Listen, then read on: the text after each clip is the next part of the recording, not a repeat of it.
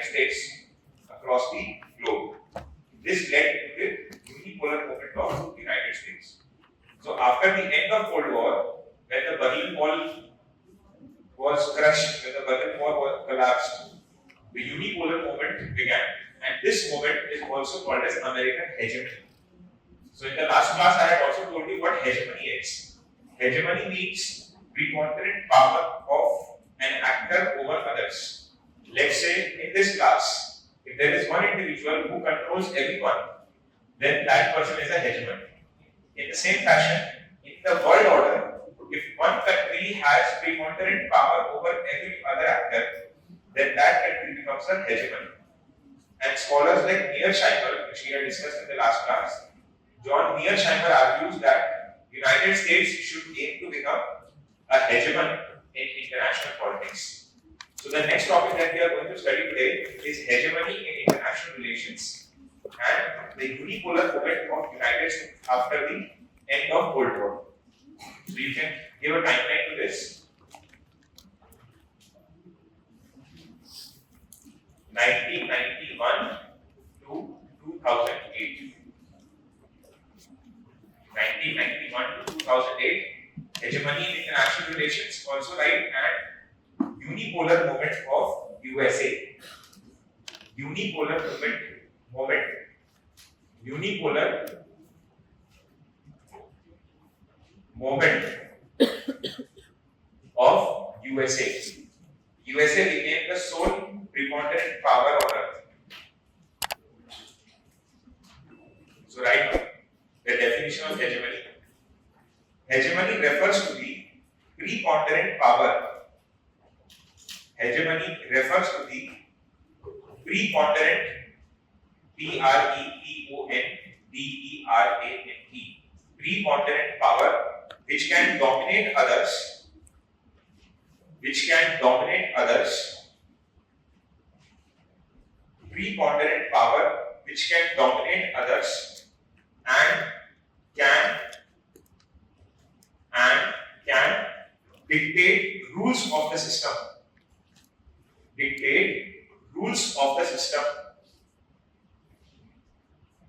Preponderant power which can dominate others and can dictate rules of the system. Then write the next paragraph. John Mearsheimer, the same person whom we had written yesterday, John, J-O-H-N, John Mearsheimer, M-E-A-R-S-H-E-I-M-E-R, M-E-A-R-S-H-E-I-M-E-R, Mearsheimer, M-E-A-R-S-H-E-I-M-E-R. John Mearsheimer states that, inverted commas, hegemon, H-E-G-E-M-O-N, hegemon is a state. John Mearsheimer states that hegemon is a state that is so powerful that it dominates all other states in the system. Hegemon is a state that is so powerful that it dominates all other states in the system.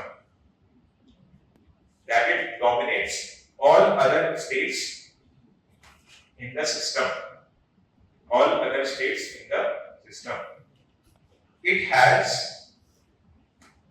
has the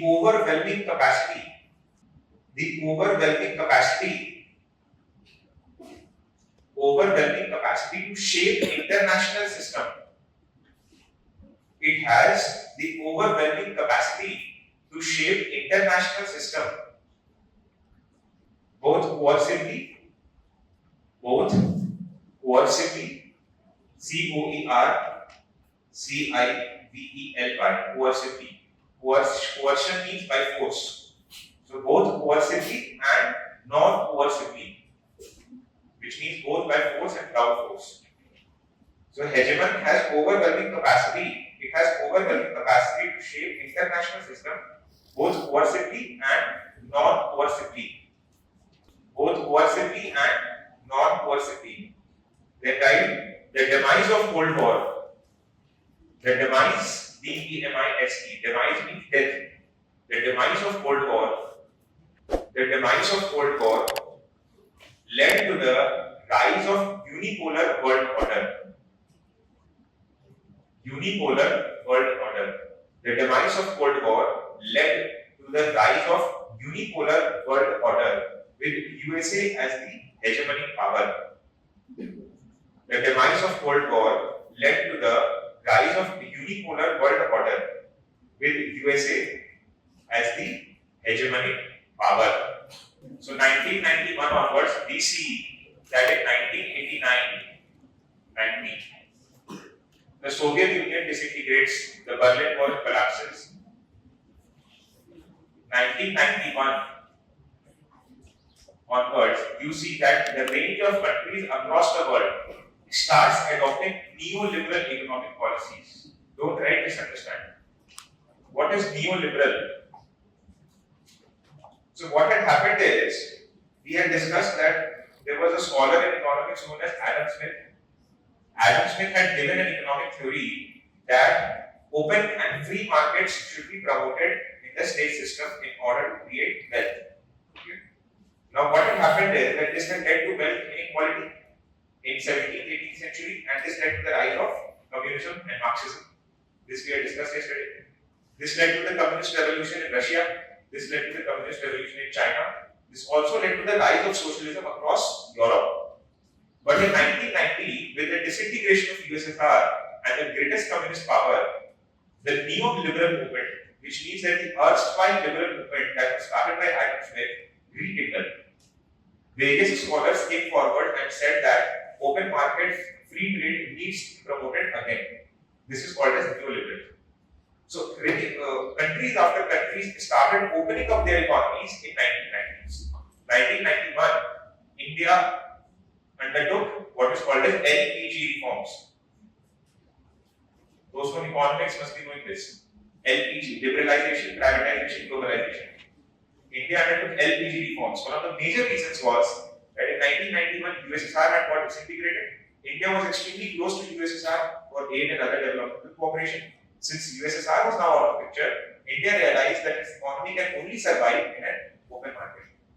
If you see, in 1984, China had also undertaken privatization under a very famous leader of China. His name was Deng Xiaoping.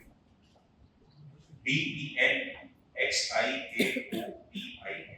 These are very important. One of the most phenomenal leaders of the world, Deng Xiaoping. He gave the vision that China need not follow the path that Mao Zedong had established. So just explaining Chinese history a bit. 1949, China gets independence. China, not independence per se, China gets the communist revolution. The Chiang Kai-shek government of Kuomintang had segmented itself to Taiwan. They left China, they ran to Taiwan, and Mao Zedong became the preponderant leader of China. After that, Mao Zedong brought a number of policies where it centralized the entire economic and political power in his hands. Mao Zedong was a very brutal monarch. He was a very brutal, very dictatorial leader, Mao Zedong, and he eliminated all his opponents in the system. This is still prevalent in China today, and this phenomenon is known as mass purging. It's called as purging. P-U-R-G-I-N-G. If you follow international news from China, you would repeatedly hear this, that within army, foreign officers got purged, within ministries, foreign officers got purged. So what happens is that when you have a pressure cooker like system where there is no dissent allowed, then the leader always fears that there might be someone who is going to replace him. And therefore he keeps on eliminating his dissents and his opponents through the process of purging. So when Mao Zedong came to power in 1949, he undertook mass purging in the Communist Party and killed almost all his opponents. Afterwards, he was seeing that the society is not responding to his calls, so he brought two major policy shifts in China. The first policy shift, no need to write this, understand this, is called as the Great Leap Forward, GLF, Great Leap Forward. The great leap forward, as it comes in English, is that we have to leap ahead very fast. So his policy was that we will grow very rapidly, and for that purpose, we would work double hours. We would, the labor would put extra efforts. That was called as a great leap forward. But in a way, what he wanted to check was that how many of his own subordinates are supporting him in his policy. So when he gave the idea of great leap forward, he also saw that there were some subordinates who were not very supportive of great leap forward, and he immediately arrested them and killed them. This was Mao Zedong's approach. Then he got a second policy, its name was cultural revolution. He said that because of the Western dominance in culture, China is forgetting its own cultural roots. So he said that we need to undergo a cultural revolution. And he gave an idea. The idea was, let 100 flowers bloom. Now what is 100 flowers bloom? He said that a garden looks beautiful only if there are multiple flowers that bloom in it. Multiple color of flowers that bloom in it. Okay? In the same fashion, a country could look beautiful only if there are multiplicity of opinions and factions within a country. So he said that there should be diversity of views, and people who are even critical of me, even they are invited to come forward and criticize me. In a way, what Jawaharlal Nehru had did in 1951-52. Nehru always promoted his own criticism. He was one of the only leaders India had, Jawaharlal Nehru, who actually promoted his own criticism in order to deepen the roots of democracy. But his purpose was original. Nehru's purpose was always original. Deepening the democracy was his actual objective. But in case of Mao Zedong, he gave the idea of 100 flowers bloom, and when a number of criticisms came in, he got all of them arrested and killed. So this was Mao Zedong's policy, the famous person who gave the idea that freedom flows through the barrel of gun. Now, when Mao Zedong died in 1978, after that there was a conflict that who should take control of power. And after 2-3 years of back and forth, this guy comes to power, Deng Xiaoping. I'll show you this picture. This guy was Deng Xiaoping. I don't know if it's visible or not. This guy, Deng Xiaoping. He was a Chinese leader, and he came forward in 1982. He understood that if we have to grow, then if we have to become powerful, we have to grow ourselves economically. So he opened up his economy. Now understand what he did. Let's say this is, I have a map. Let's say this is India. Okay, now this is China. Yesterday we had seen this. So we had discussed that if this is China, then most of Chinese population is actually situated around the eastern coast of China. Most of the population is situated here. The East China Sea is here, the South China Sea is here. This is China, and most of the population is situated there. What he did is that he opened the entire eastern front for private capital. He allowed foreign investments to come in. He allowed MNCs to get established across the coastal areas. He promoted a coastal development program where he allowed industries to get established across. Then, in the local villages, he started what is called as communes. Local villages, what in India is called as self-help groups. So, people would come, they would form communes, and they would manufacture something and then sell it. And he also removed, the party control over industries. So, initially there would be a lot of public sector units. He allowed privatization of public sector units, and he also exited the party membership in a lot of the board of private organizations. So, gave a lot of economic freedom to the society. This propelled Chinese growth like anything. And because China is a very tightly politically controlled economy, he gave the idea that we would achieve 100% literacy by 1998, universal education program, zero maternal mortality, zero infant mortality, perfect healthcare to everyone. He planned all of that, and because it was such a tightly built-up system, he could achieve everything. And by 2000, China had almost doubled its values in social indicators. So one of the most formidable leaders South Asia has ever seen, even no one denies this. And he had a very famous statement. He said that China should bide its time and hide its capabilities. Now see, what the problem is, in fact, if you see the Indian perspective, what happens is that we do something 1% and we tell the world that we have done this. Even if the 99% of the work is left. What China does is that it would do 100% of the work first and then it would tell the world that I have done this.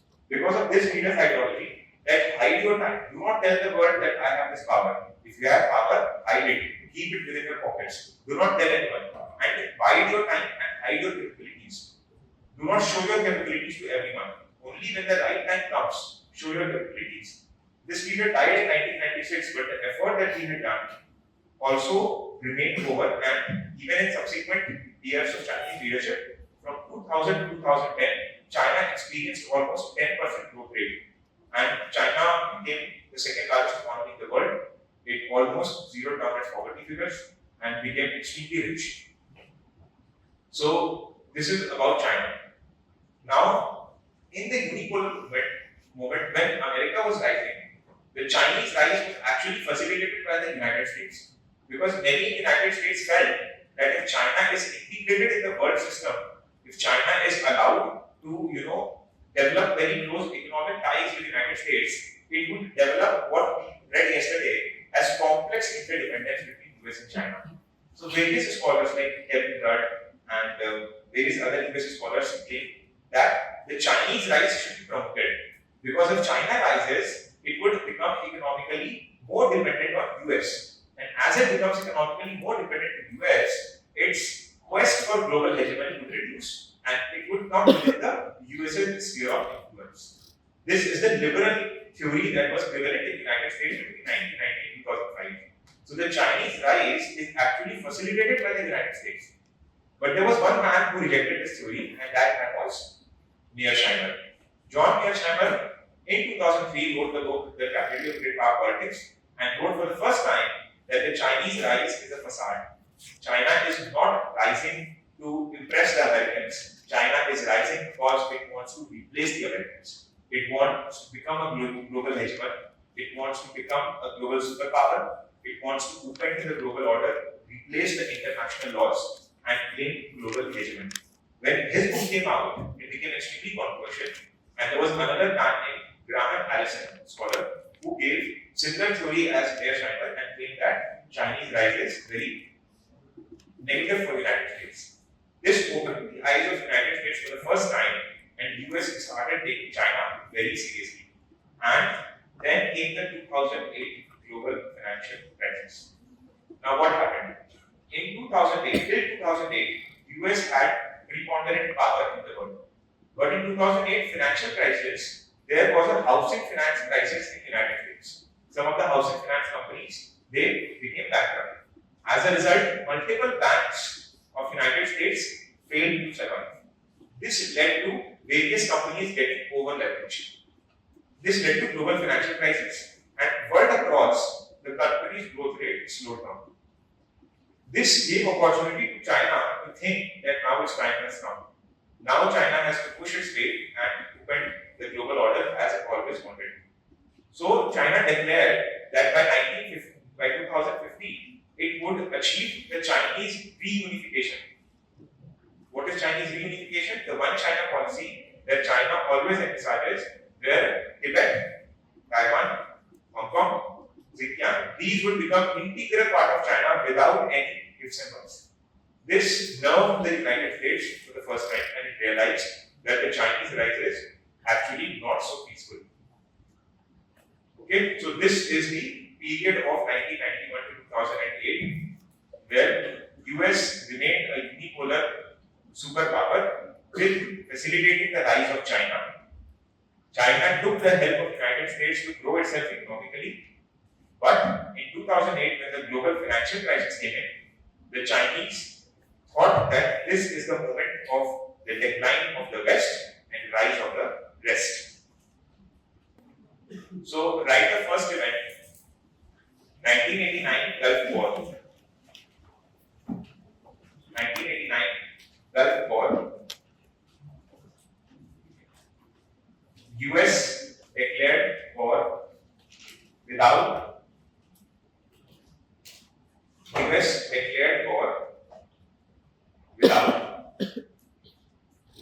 any resistance from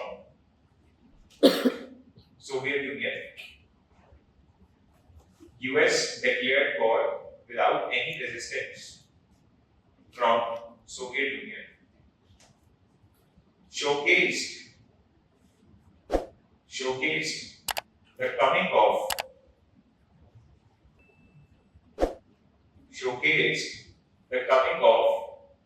the unipolar movement. Showcased the coming of the unipolar movement.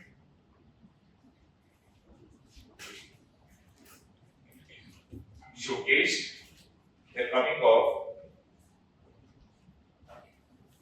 unipolar movement.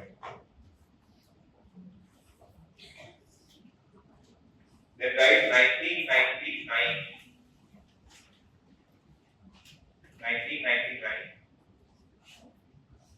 NATO bombing, NATO bombs, NATO bombing, NATO bombing in Kosovo, in Kosovo. It's a region in Europe. Kosovo. It was a region in Serbia. Write in bracket, separated Kosovo from Serbia. NATO bombing in Kosovo separated Kosovo from Serbia. Serbia. Separated Kosovo from Serbia.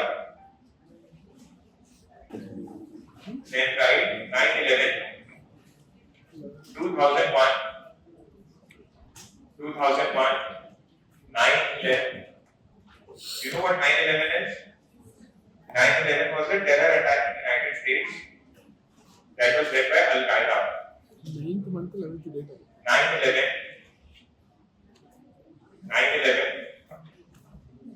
in 2001, right? Terror attack in USA by Al Qaeda. Why?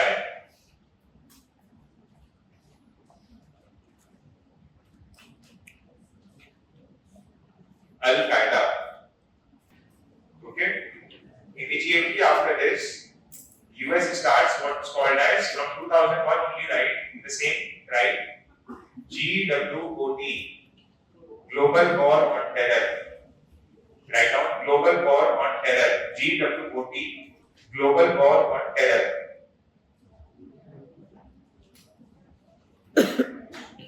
Global War on Terror. Global War on Terror. Now, as part of this, what the United States does is that it attacks Iraq in 2003.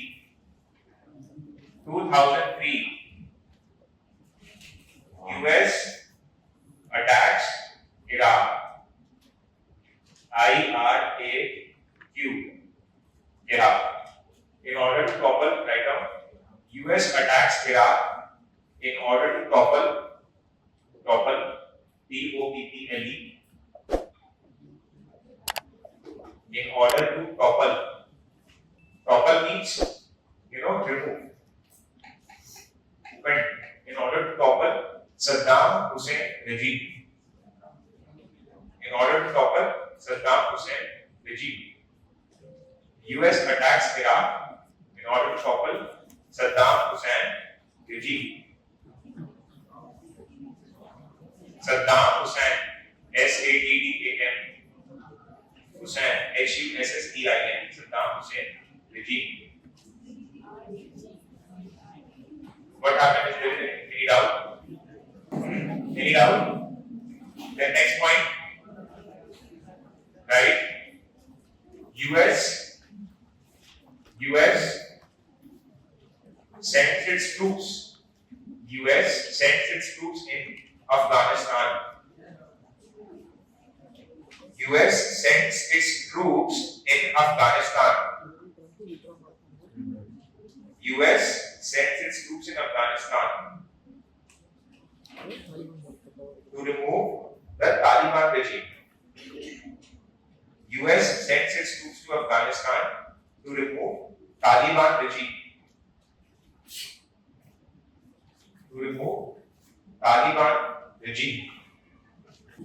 Okay. Now write the next paragraph. Next line. 2008 global financial crisis. 2008 global financial crisis. 2008 global financial crisis. Slowdown in Western economies. Slowdown in Western economies. Slowdown in Western economies lead to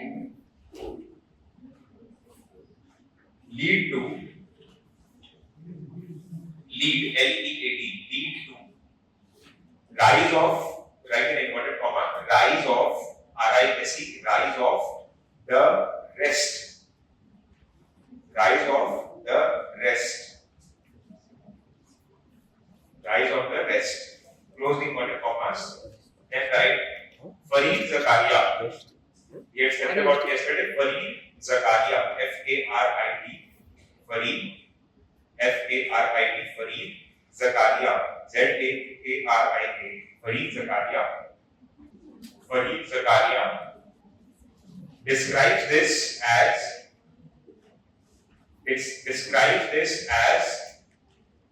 Fareed Zakaria describes this as decline of the West. Fareed Zakaria describes this as decline of the West, and rise of the rest. Decline of the West and rise of the rest.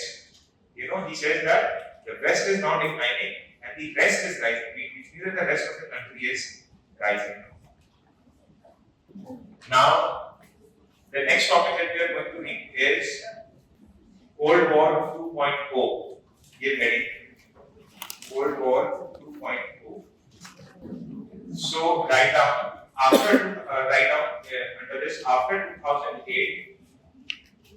After 2008, the world order. After 2008, the world order started becoming multipolar. After 2008, the world order started becoming multipolar. Various international organizations like G20, BRICS, ASEAN, European Union became dominant.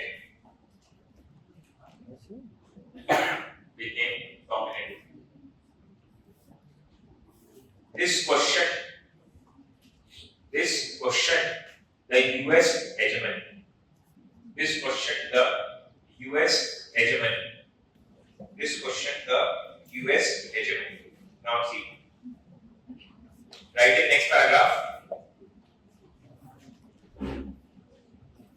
The challenge between US and its hegemonic powers. The challenge between US and its hegemonic powers.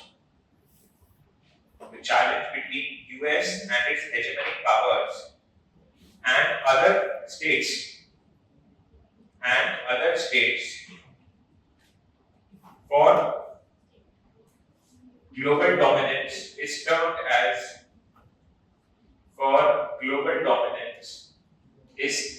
as Cold War 2.0.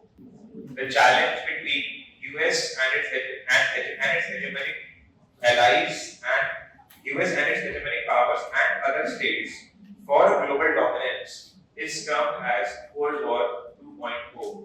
Then write point number 1. US Russia. Cold War 2.0. Write US Russia and write in bracket this person's name who is a Russian scholar Dmitry Tenin. I'll dictate the spelling. Okay? Like write US Russia, then write the name of the person. Dmitry, also pronounced as Dmitry, but D-M-I-T-R-I. M-I-P-R-I, and title is P-R-E-N-I-N, Dimitri Renin. Dimitri Renin, pronounced in Russian. Dimitri Renin. Clear? D-M-I-T-R-I-T-R-E-N-I-N. Okay? Now write down. The current state of US-Russia relationship. The current state, write a little faster. The current state of US-Russia relationship ranging from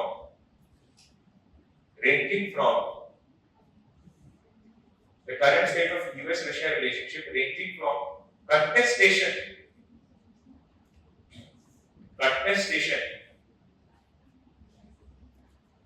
to rivalry. The current state of US-Russia relationship ranging from contestation to rivalry is often termed as Cold War 2.0. Is often termed as Cold War 2.0. Okay? Is often termed as Cold War 2.0. Now there are a series of events that happened between 1991 and 2020 that can be termed as a sort of Cold War between US and Russia. So we will write them quickly because we have some paucity of time, so we will write them. Right? Like this point number 1, 1993, US started planning of NATO. Sorry, US started expansion of NATO. US started expansion of NATO. Though T-H-O-U-G-H, though Warsaw Pact, we had read about it yesterday. Warsaw Pact, W-A-R-S-A-W. Warsaw Pact was disbanded or dissolved, disbanded. US started expansion of NATO, though Warsaw Pact was disbanded. D-I-S-B-A-N-D-E-D. Okay? Then write next 1995. NATO bombing in Bosnia. NATO bombing in Bosnia. NATO bombing in Bosnia. It's a place in Europe. NATO bombing in Bosnia. Then write 1999, NATO bombing in Kosovo. The same that we have written before. NATO bombing in Kosovo. Then 1999 will be right next point. Eastward expansion of NATO. After NATO bombing in Kosovo, right? Eastward expansion of NATO. Eastward expansion of NATO. To include Poland and Hungary. To include Poland and Hungary. Eastward expansion of NATO to include Poland and Hungary. So see what happens is, what happens is that after the Cold War gets over, after the USSR is disintegrated, we see that the Warsaw Pact, which was the alliance of USSR, is still in play. Sorry, alliance of USSR, Warsaw Pact is disbanded. But the alliance of USA, that is NATO, still remains. So this is something which is always, if you see even today, the interview of Vladimir Putin, one of the things that he says in all the interviews is that why is NATO still existent? Because understand, NATO came into existence essentially to fight the Cold War with the USSR. Okay? US and Europe came together to gain dominance in European region. Now, if USSR is disintegrated, what is the purpose of having NATO? Now, USSR is disintegrated, USSR-led alliance, that is Warsaw Pact, is dissolved after forcing it to do so. But NATO still remains existing. So Putin's question is that why is NATO still there? When there is no USSR, why is NATO still relevant? But US does not answer these questions. And instead of dissolving NATO, one thing it could have done is that it could have included Russia in NATO. Had US included Russia inside NATO, then it could have become such a powerful force against China. But US did not do that because US has a very severe distrust against Russia. So what instead it does is that US starts eastward expansion of NATO. I don't know why my screen is not coming, otherwise I would have shown you. There is some problem. I hope it's visible till back. It's not. Is it visible? It's not. Whom is it not visible? Whom is it not visible? It's visible. Now understand. Very basic, not very complicated. This is the map of Europe. Now here if you see the countries that are shown in dark blue, these countries that are shown in dark blue are NATO countries. Okay? This is Russia. Okay? What happens is that after 1991, Germany, Czech, all these countries are part of NATO. Okay? So there is some sort of this kind of boundary. Even these countries are not part of NATO. This is right now these are NATO members, but initially they were not NATO members.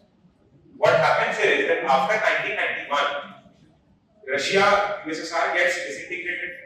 A lot of satellite states of USSR, including Poland, Hungary, they become independent countries. Okay? So see, Poland is here, Belarus is here, Ukraine is here, Hungary is here, Romania is here.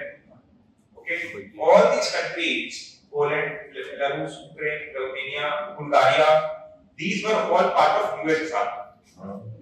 So they were under Russia's sphere of influence. They were under Russian influence.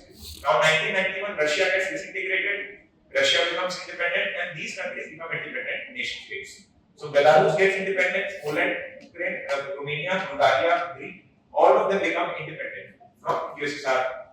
Now ideally, the essential threat of NATO was USSR, and USSR had formed a treaty alliance, Warsaw Pact. So what happens is that US convinces the Russian leader, Goltsin, his name is Goltsin, he is Boris Yeltsin. He is convinced that you disband Warsaw Pact. So Boris Yeltsin disbands the Warsaw Pact.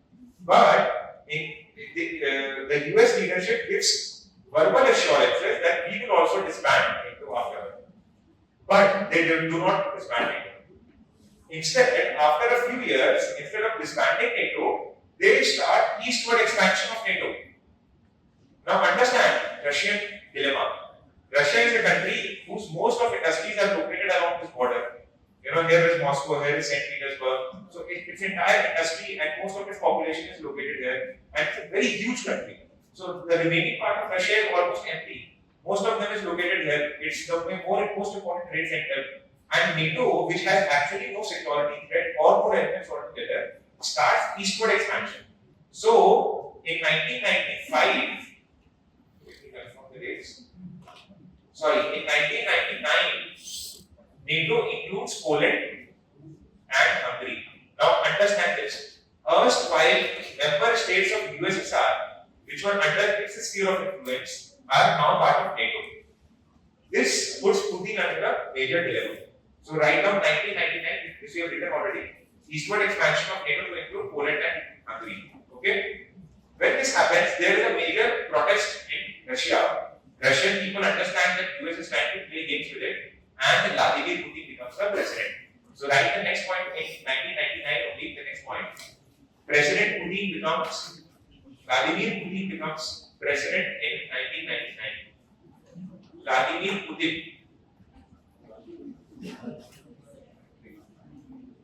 Vladimir, V-L-A-D-I-M-I-R. V-L-A-D-I-M-I-R. Vladimir Putin. Vladimir Putin. Putin spelling must be knowing. Putin spelling don't know.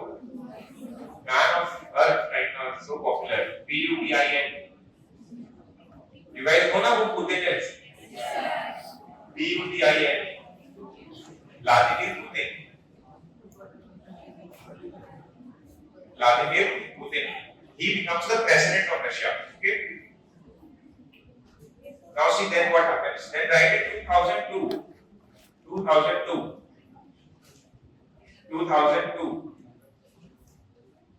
US comes out of USA comes out of USA comes out of ABM.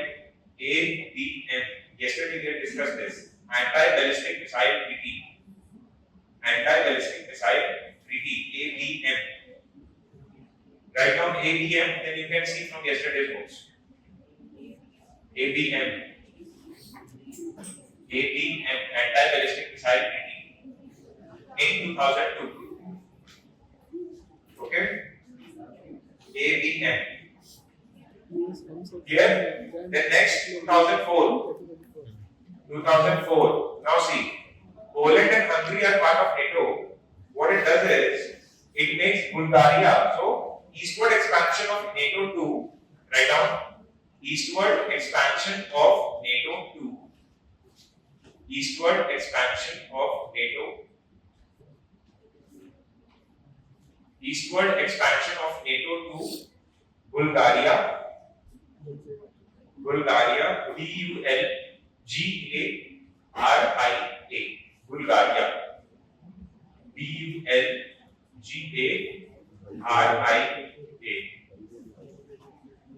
Bulgaria, then Latvia, L-A-T-V-I-A, Latvia, L-A-T-V-I-A, Latvia, Lithuania, Lithuania, L-I-T-H-U-A-N-I-A,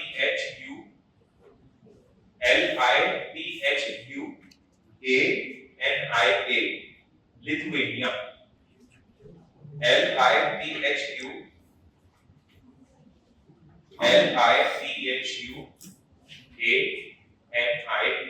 Lithuania.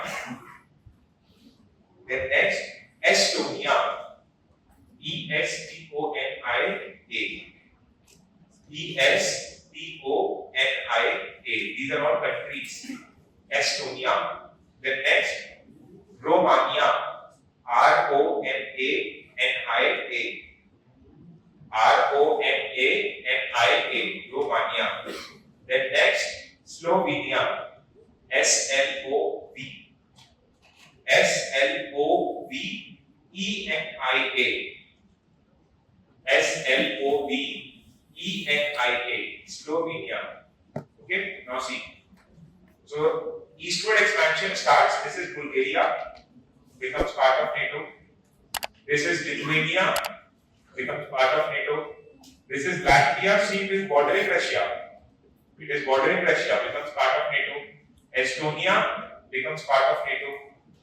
Somewhere where there is Slovenia also there, somewhere, not mentioned in the map. But even that becomes part of NATO. Okay.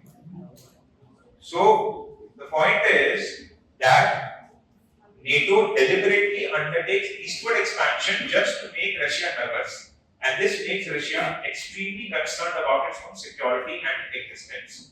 Because what can happen is that the NATO can place its weaponry and nuclear bombs across the Russian border. And this would make Russia very nervous. So what happens is, then after this is 2004, next is 2007, NATO summit. 2007, NATO summit. 2007, NATO summit. Right? NATO gives proposal. NATO gives proposal to include. NATO gives proposal to include Ukraine. Ukraine. U-K-R-A-I-N-E. This is the spelling. Ukraine. And Georgia. Georgia. Ukraine and Georgia. So what does Mr. Putin do? Mr. Putin in 2007 died in the next line. President Putin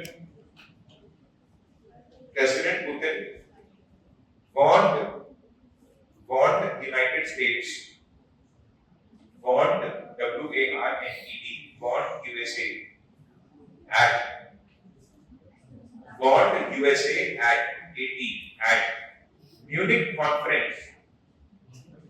Munich, M-U-N-I-C-H. Munich is in Germany. Munich conference, M-U-N-I-C-H. Munich conference. Write in inverted column. Don't overstep. Don't overstep. So, President Putin wants United States at Munich conference. Don't overstep. He announced to go out of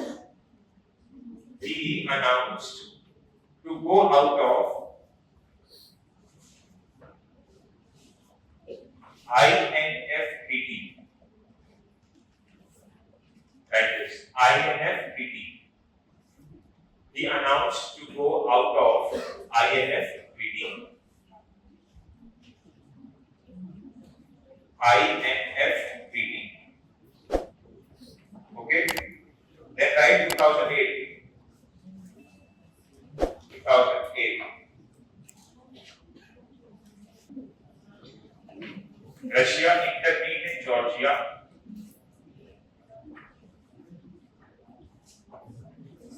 Separated. Now write separated. North Ossetia. I'll tell you the spelling. North. Write north. Separated North Ossetia. O-S-S-E-T-I-A. O-S-S-E-T-I-A. Ossetia. It's not pronounced Ossetia. It's pronounced Ossetia.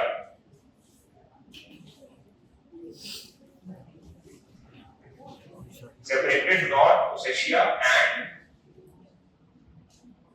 Abkhazia. Write down the spelling. A-B-K-H-A-Z-I-A.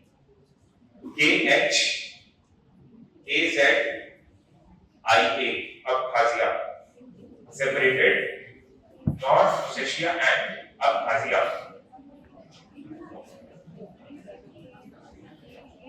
A-B-K-H-A-Z-I-A. Now see this map. This is Russia. Pay attention. This is Russia. This is Europe. What happened? Here, North Ossetia and Abkhazia here is there. Now see what happened is that in 2007, NATO brings up the proposal to include Ukraine and Georgia into NATO. This is of very significant concern for Russia because Ukraine is very much now. See, this is what they will be connecting with Russia moving forward. So this is very important. Ukraine is on border with Russia. See, this is the Black Sea. This is Black Sea here. This sea is Black Sea. This is Ukraine, okay, and this is Russia. All these countries have already become part of NATO. Now NATO is planning also to make Ukraine part of NATO. So this would become Putin very nervous because it goes very much into the heart of Russia. And if Ukraine gets weaponized, now see, NATO is a very powerful organization. Now if had Ukraine become part of NATO, let's say if Ukraine had become a part of NATO and Russia had attacked Ukraine, then NATO would be mandated to protect Ukraine because it's a treaty alliance. And Article 3 of NATO mandates that if one country is attacked, then all the country has to come to its protection. So Ukraine is brought. There's a proposal to bring Ukraine into NATO, and there's a proposal to bring Georgia into NATO. Now see, there Georgia is. This is Russia. This tiny country here, bordering Russia, is Georgia. It also borders Azerbaijan and Armenia. Okay, see, this is Georgia. This tiny country is Georgia. This country is Ukraine. NATO brings proposal to include Ukraine and Georgia in NATO. What Putin does is that in 2008, Putin attacks Georgia. And there is a very small region in Georgia known as North Ossetia and Abkhazia, and he separates the two. And he captures the two regions. North Ossetia and Abkhazia, Putin captures the two. This enrages the West. But I think the West should also understand in this case that if you are getting so close to the neck of a country as big as Russia, automatically it would not sit silent. It would also respond lost their own ways. So he intervened in Georgia, separated North Ossetia and Abkhazia. When he does this, then scholars say that this is the beginning of Cold War I. The strategic bipolarity has got established between US and Russia. Okay. Now the next heading is 2014. Next point is 2014. Meanwhile, when Putin attacks Georgia, the NATO drops the plan of including Ukraine and Georgia. NATO drops the plan of including Ukraine and Georgia. So what US does is, US has a very, very different way of playing global politics. If it does not win the game directly, it tries to win the game indirectly. It wanted to include Ukraine into NATO, failed to do so because Putin attacked Georgia. It understood that if Ukraine would be included, Putin would attack Ukraine also. So what US did, US and NATO allies started simmering discontent against the Russian leadership, against the Ukrainian leadership in Ukraine. So it started anti-Ukraine protests. So the Ukraine president who was at that time, in 2013, he started facing a lot of protests against him that was bolstered by the US. So US started promoting anti-Russian protest in Ukraine. Before 2014, the Ukrainian president was pro-Russian. In 2014, a major massive social movement starts known as Euro-Maidan movement. We'll write about it. Euro-Maidan movement. And in Euro-Maidan movement, the Ukrainian president gets defeated afterwards and a new president gets elected who is relatively pro-West.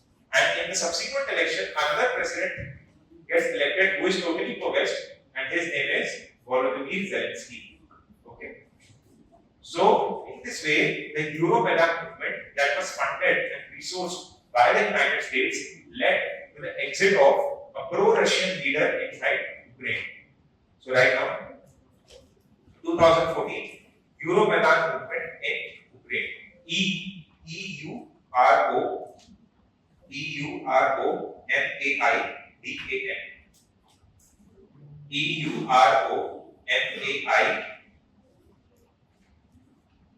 E-U-R-O-M-A-I-D-A-N.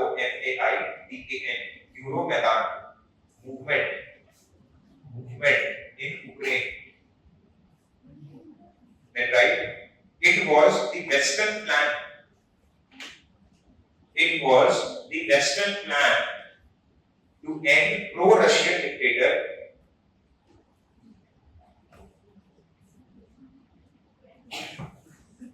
It was the Western plan to end pro-Russian dictator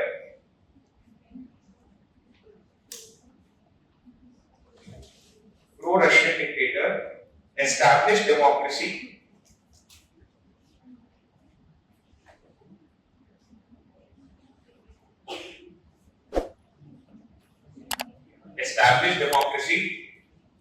and include Ukraine in European Union.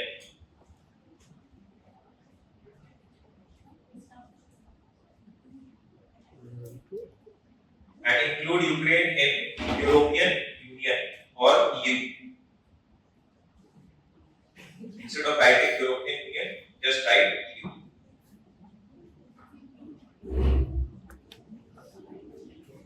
Okay.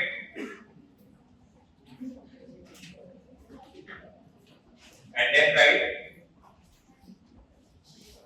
2016, the next most important date. 2016. Russia annexed Crimea. C-R-I-M-E-A.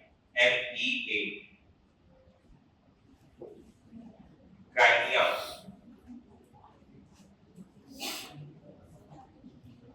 Russia annexed Crimea. Now look at the map. See, this is Russia. Russia annexed Crimea. Now see where Crimea is. This is Ukraine.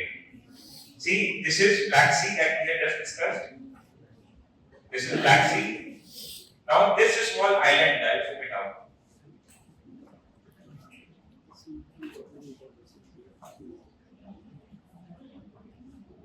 See, this is Ukraine. This is Russia. Right now, war is going on here. So in Ukraine, Pacific island type thing. This is Black Sea. Okay. Now this specific outlet is Crimea, and see this is Russia, and this is Georgia. This is Georgian border. This is Russia. This is Ukraine. So in southern part of Ukraine, this region war is going on right now. This part is called as Crimea. Okay, Russia annexed Crimea and declared it as part of Russia. So Crimea is cut.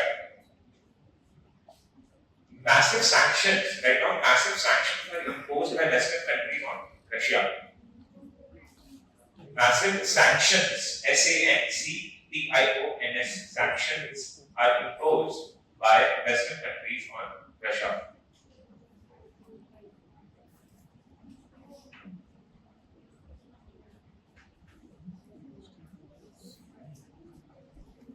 Massive sanctions are imposed by Western countries on Russia. Then by 2019, 2019, President Zelensky gets elected in Ukraine. President Zelensky is Zelensky. Not need to be perfect in spelling. If an exam these kind of tough words, even if spelling gets wrong, there is no problem. President Zelensky gets elected in Ukraine.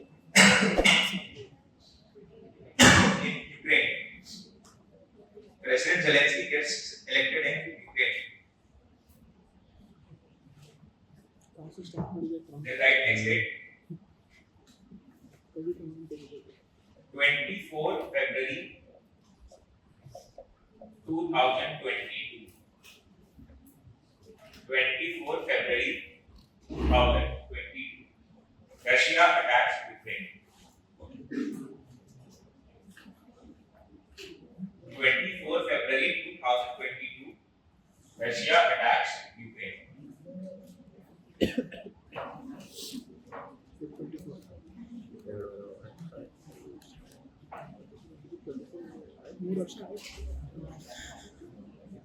Russia attacks Ukraine.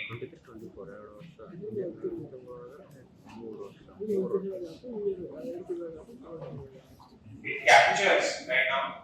It captures the region of.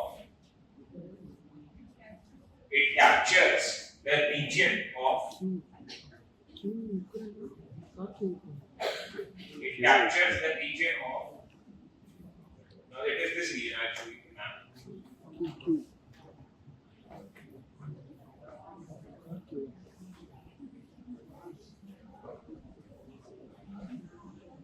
And here the ball is being.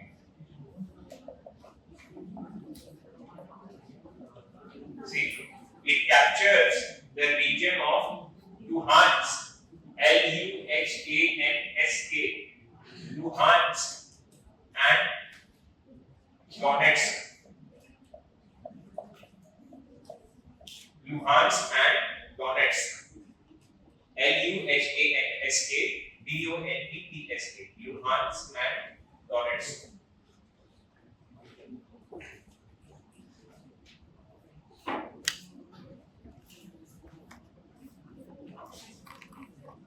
And currently war is going on in this region. Somewhere where Kiev is.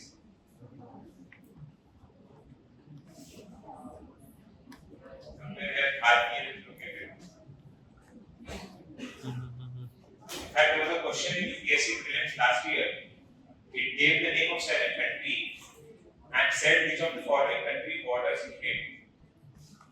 It gave the name of 7 countries and said which of the above 7 countries border Ukraine. There was name of Romania, there was name of this Bulgaria, Hungary, Poland, all these 8 were there. And then the answer was any 4 options correct, any 3 options correct, any 5 options correct. So map is extremely important for UPSC purpose.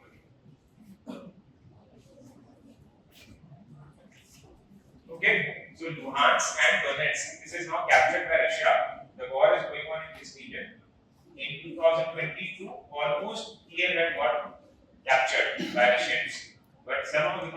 leadership of Vladimir Zelensky, he safeguarded Kiev. Then the Western, support came, and he could push the Russian offensive to the back and establish his own defenses. So this is the state of war right now.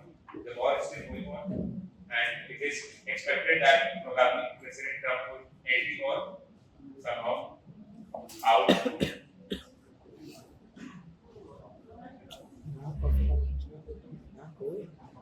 Okay.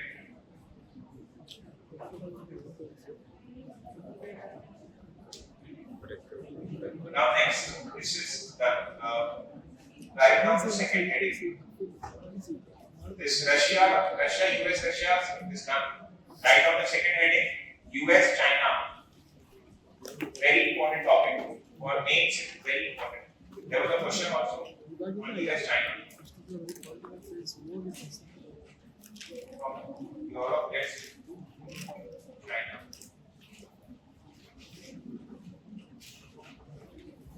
US, China.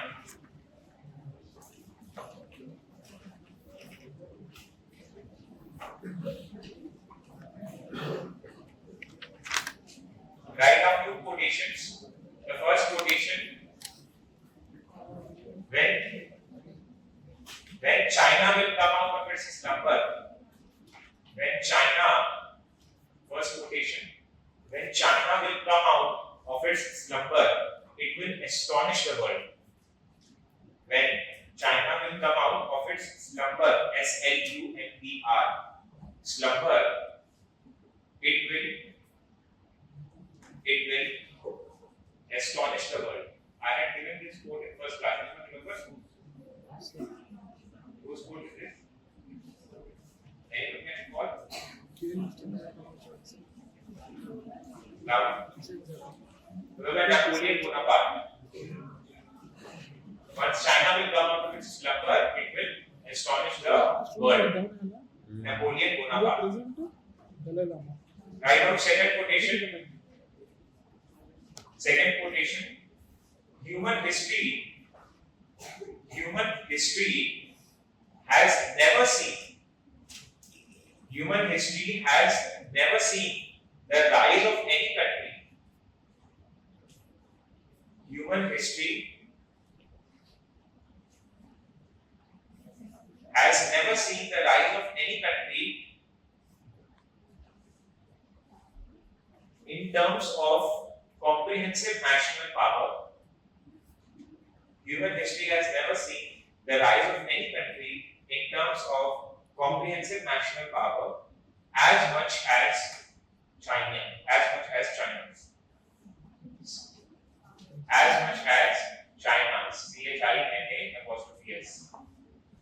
much as China's. Human history has never seen the rise of any country in terms of comprehensive national power as much as China's. Then write the next quotation by Mayer Scheinberg. Same person. You guys should remember the spelling by now. Mayer Scheinberg.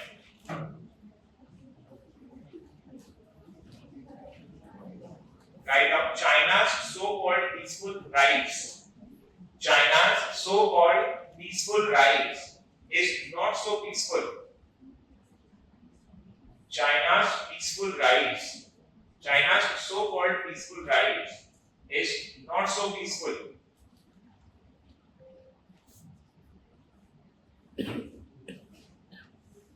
Instead, it is a fantasy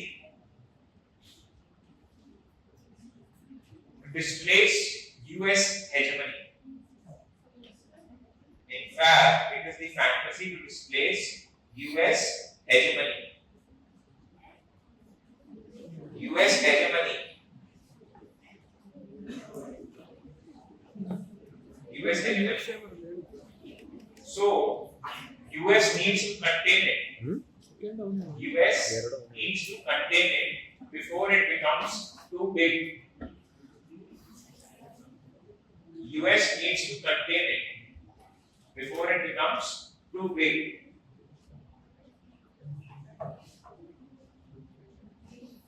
Before it becomes too big.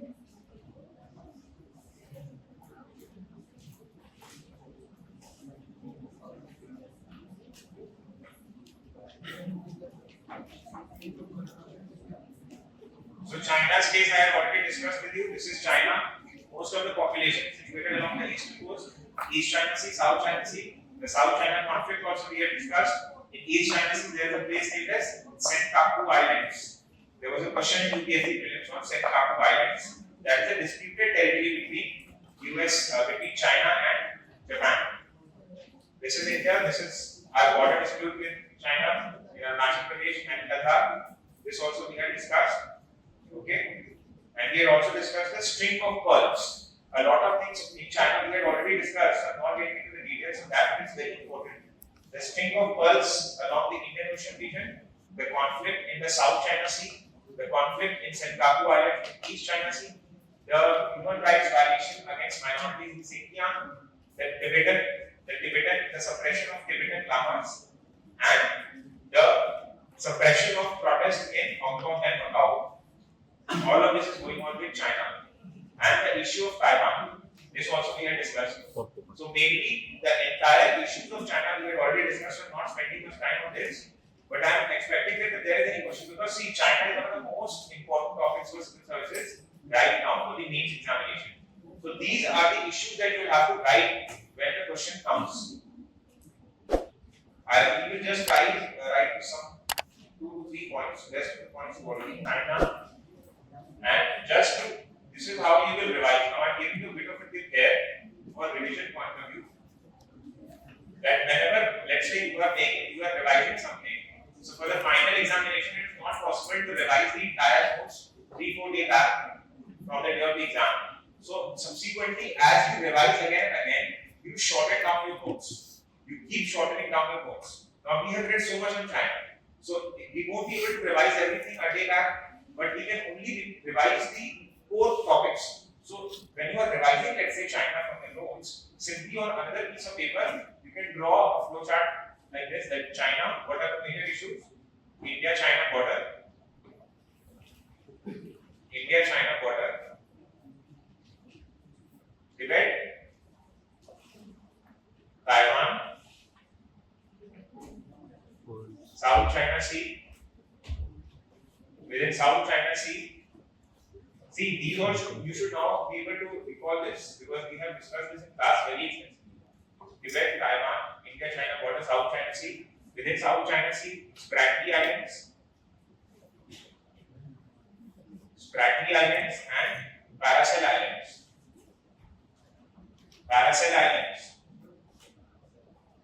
And there was also another UN clause judgment.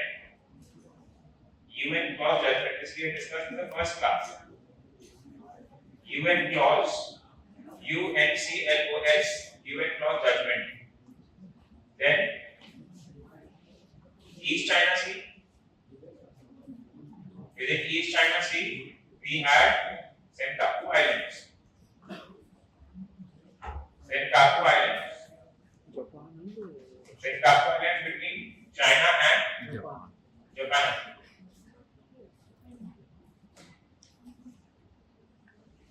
Then we had discussed one more thing, rare earth. Very good.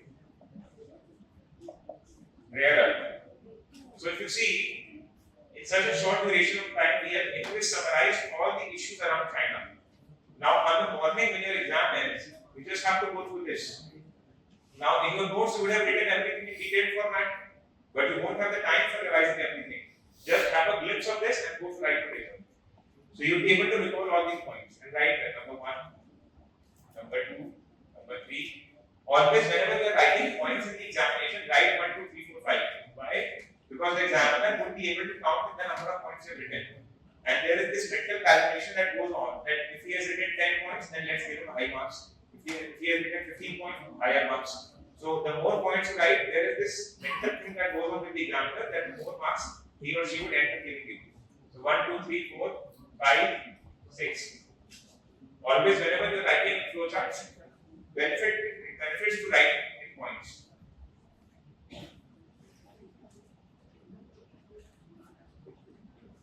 Okay? So these are the issues surrounding China. And in almost all these issues, US is involved in one way or the other. Just understand how. India-China border. When the Galwan episode happened, India was supplied with geospatial maps of the India-China border, very high technology geospatial maps that gave us the intelligence of the way the US troops, the Chinese troops were located on the other side of the LAC. These geospatial maps were provided to us by the US. So in a way, US got involved here to counter China. Tibet, you see, whenever any issue concerning Tibet comes, the maximum amount of resources and financing for the Tibetan government, the provisional government of Tibet in Dharamshala, comes from United States. You will see that His Excellency the Dalai Lama also keeps on visiting the United States, and the US leadership, Nancy Pelosi and others, keep on visiting the Dalai Lama. So they are very actively involved in Tibet also. Then there is Taiwan. Nancy Pelosi visited Taiwan. US finances Taiwan. US resources Taiwan with military and other things. So again, US is directly involved in Taiwan. South China Sea, in entire South China Sea region, the Quad is in a way formed because US is wanting to militarize South China Sea with its own troops. East China Sea, US is now supplying very high level of defense equipment to Japan, so that Japan can counter China in the East China Sea. And then here, now US is focusing and having close cooperation with Australia, with Japan and India under the Quad to build rare earth elements. These countries also have the capabilities. We do not have processing technologies. We have raw material. For instance, India is one of the largest producer of thorium, which is required for making nuclear reactors. So, US is now providing those processing technologies. So, in all these areas, you would see that US is getting involved in order to counterbalance the rise of China. We also have another initiative for rare earth called as ICET, Initiative of Critical and Emerging Technologies. This is between US and India, ICET.